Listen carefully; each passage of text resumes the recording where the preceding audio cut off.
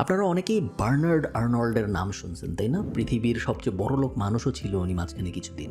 উনাকে বলা হয় the father of luxury goods.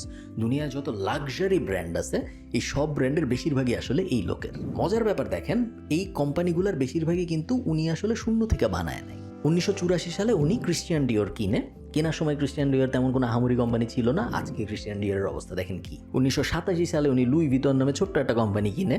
Luis ভিতনের কোনো অবস্থায় ছিল না 1987 সালে। আজকে লুই ভিতন কি আপনারা জানেন?